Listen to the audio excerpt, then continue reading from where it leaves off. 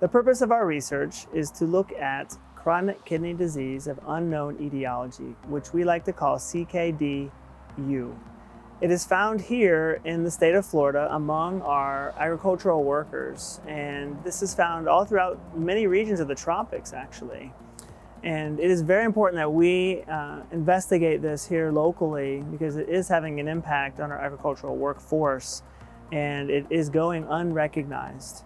And so with our project, we're going to be looking at various clinics here in the state of Florida who have partnered with us to find a way to discover our patients sooner than later, to help them get a diagnosis and to understand the prevalence of this disease among our farm workers.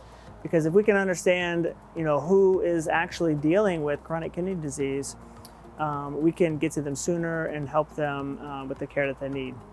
This research is going to have a major impact here in the state of Florida because we're going to understand the prevalence of this disease among specifically our farm workers.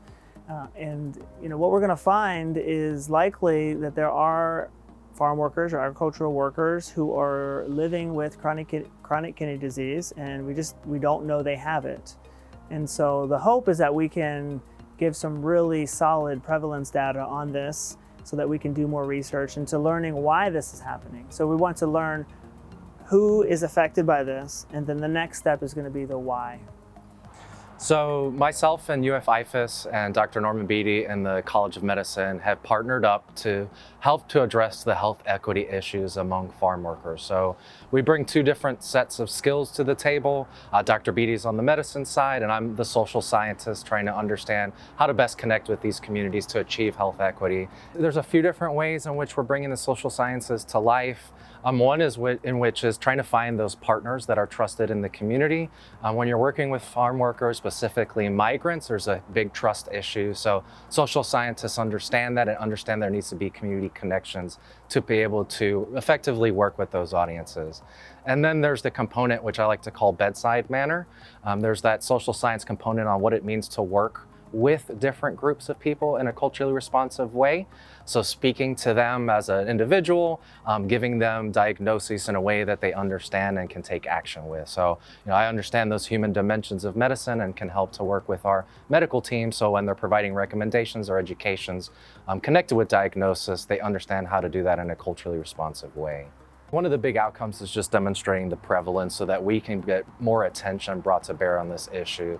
Our farm workers have a lot of different health disparities that they're dealing with, and this is just one of them. So through this partnership and with our community partners, we're going to be able to identify the prevalence so that then we can put together strategies and different processes in place to be able to effectively address that issue. As many people know or don't know, extension is the largest footprint in the United States as far as academia. And so by having extension in all of the counties that we work with, we're able to have those trusted connections within our organization to then find those community partners. So there's no other organization in the country that has that type of footprint and connection with our audiences. So by having the College of Medicine partner with UF-IFAS, and we have those connections to local communities because our offices are in the communities and are staffed by community members in a lot of times. So just that connection is really paramount so that we can bring our doctors, our nurses, our medical students, and other key medical professionals to bring to bear the different services that they really need.